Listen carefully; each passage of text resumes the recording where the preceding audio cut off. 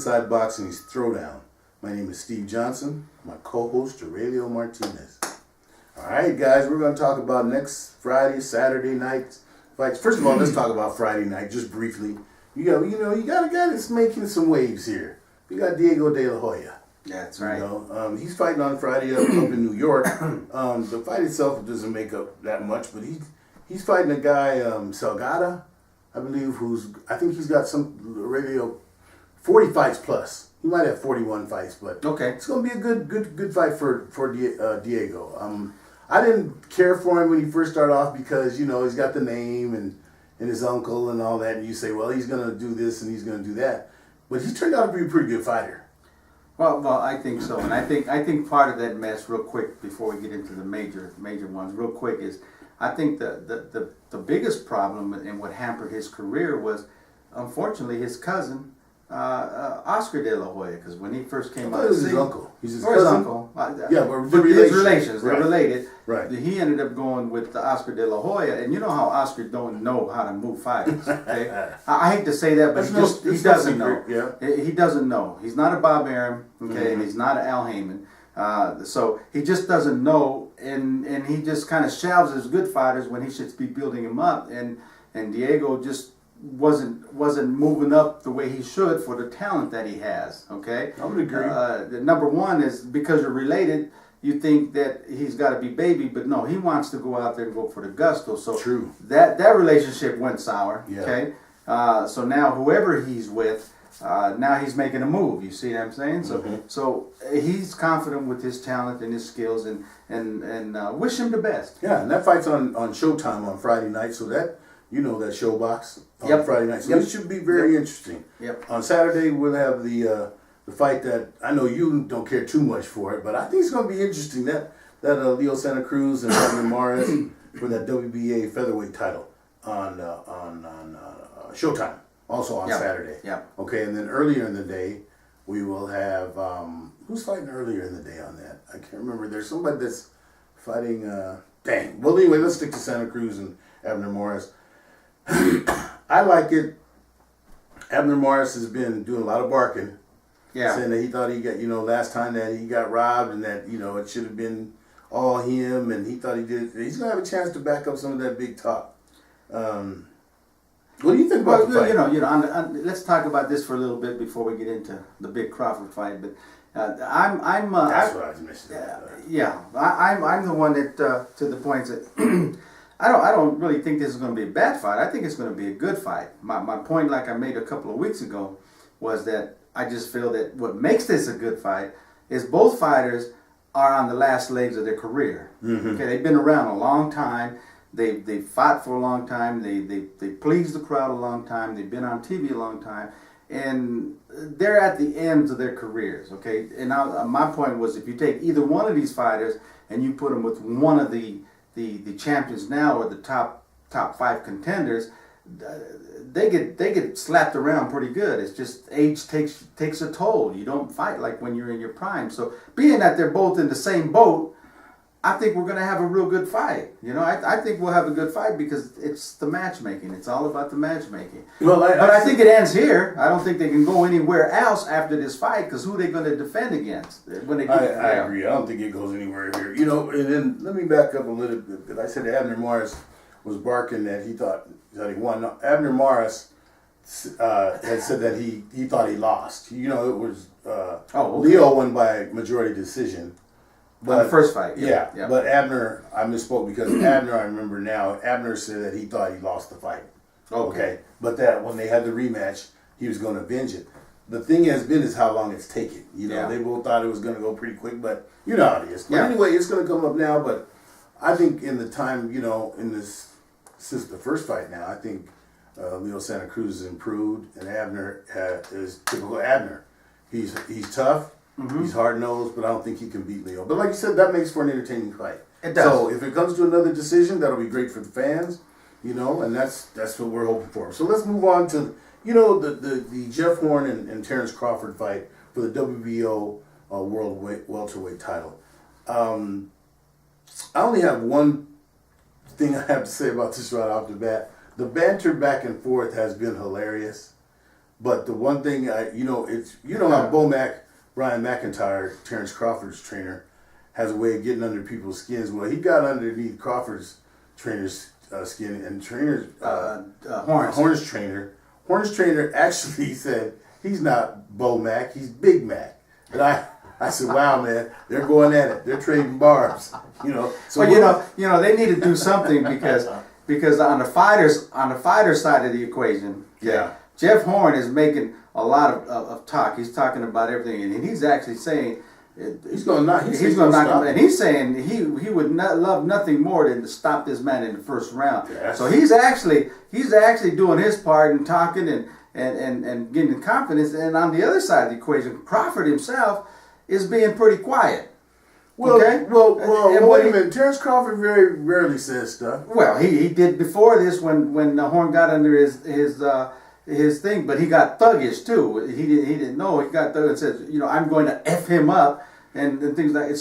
So two different styles of upbringing, I guess. Okay. Mm-hmm. So anyway, but Horn is coming in this fight very confident, and I think the public knows that. Crawford, we don't know because he's not saying anything. Bomac is doing a lot of talking, and now the coaches and the promotions, they're all doing talking, but we're hearing little from the mouth of Crawford. I'm gonna just dispute that with you. Terrence Crawford is. What has he said? He's done that. Well, in the beginning when he said, "I'm gonna fuck Horn up," yeah, he did the same thing when he almost everybody that he fought. If they start running their mouth to fighter, he'll say a little bit to them, then he'll shut it down and let Bomac take it from there. This is what he does. Okay. So maybe that's why he can't sell. Maybe that's why they don't put him on pay-per-view. Maybe that's why Bob Arum isn't going to spend $2 million promoting a pay-per-view fight when they know no one's going to buy it. No. Terrence Crawford is in the same situation as Mike Alvarado was. He comes from Omaha. It's not considered a big market. That was with Mike Alvarado in Denver, not from a big market. Nah. He has to kick ass and take names, and that's what will start to sell. Now he's been doing that. He's been kicking ass and taking names. Well, why hasn't he been on paper? Well, he just moved up. You got to remember, before that he was a little guy from 135. Let's talk about the fight. No, wait a minute. No. Hold on. No, you opened this can of worms. Well, good, but it's a boring topic. He don't sell. He's not a pay-per-view product. That's the bottom line. You can't make any excuses because he's been fighting little. I mean, little guys. Lomachenko sells a lot. He's ready for pay-per-view action. Okay, he's been on the boxing scene very little time. Okay, Crawford's been around. He's been winning titles from division to division. He's still not a pay-per-view product. And you're going to come and tell the public that now he is because he moved up in weight? Who said he was pay-per-view? Well, you're insinuating it. Okay. No, I'm not. I'm saying that it's a process, and it is. It's a process. Leo Santa Cruz and Abner Mares could have potentially been a pay-per-view. That first fight that they had was in the runnings for being fight of the year. Okay. Hey man, it's a process. Floyd Mayweather has really watered down pay-per-view now. People aren't just jumping on board with pay-per-view with these prices of $69, $79. $100. Yeah, $100. Nobody's doing that. So you really got to have somebody that's really bringing something. That's a lot of money. That's what I'm saying. Okay, so why don't they bring the pay-per-view dollars for Terrence Crawford to $29.99? Well, name another pay-per-view that is going on right now for boxers. I'm just saying, man. Well, you make a point. It's not like it used to be. They're overcharging, and people aren't going for it anymore. So they're paying $2,000 rent for their house. Let me ask you this: who's going to win the fight next Saturday? Terrence Crawford, and Jeff Horn. If I had to pick, and I will pick, it's going to be Terrence Crawford. I have to go with Terrence Crawford because I just don't know enough about Horn. But I'm going to tell you what, I would not be surprised if Horn wins that fight. Okay, I would not be surprised. A lot of people here in the United States will be surprised, and you hear a lot of the talking. And the people in the United States, they're single-sided. They're one-minded people. They got the binders on like the horses. Okay. The blinders. The blinders. They got the blinders on where you can't, where Terrence Crawford can't lose this fight. Where he can, And let me tell you, when this fight was announced, I was the first one. That I said, man, don't sell this dude short. This dude from Australia. He's shown a lot of chinks in his armor to me, building up to this fight. Calling Terrence Crawford Horn. Horn, okay. Saying Terrence Crawford was scared and all this stuff.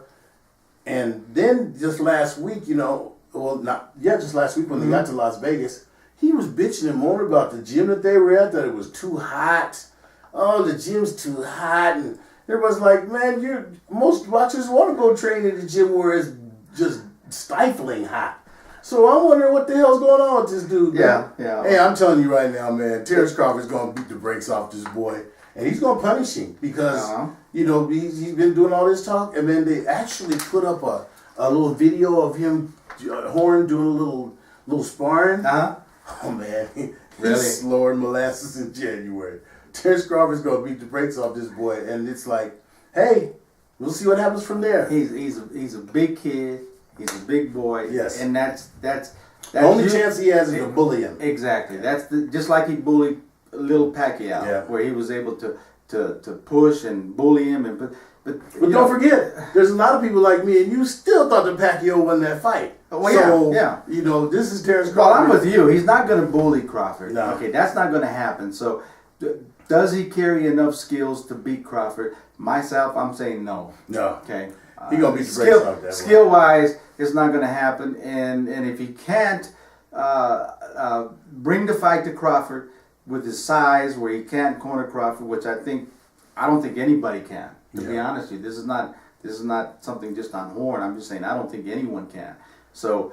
Well, let me say this too, ending on my side, and you can finish up. But to me, the longer the fight goes, the worse it is for Horn. Absolutely, okay. I agree. I agree with that 100%. If Horn's going to win, he's got to do damage in the first 5 rounds. He's got to do a lot of damage and take Crawford out of his game. And I don't think that's going to happen. My whole pick on this is Crawford's going to win, and I think he's going to win easily. All right, there you go, folks. We're going to end up this week's segment, and next week we'll be back to recap this weekend's stuff. I think it's going to be very interesting because Abner Morris, Leo Santa Cruz, going to be a great fight for the featherweight title. Jeff Horn and Terrence Crawford for the WBO World Welterweight title. 2 good fights. Then on Friday night, don't forget up in New York, where you'll have Diego De La Hoya, fighting up in Sharona, New York. All right, we'll end up this week's segment, and we'll be back for our third and final segment, which is our open topic. That's right. We've kind of been open topic for these first 2 segments, which is nice. 2 weeks but of no boxing. We'll come back with our third and final segment in just a minute. In the meantime, here we go.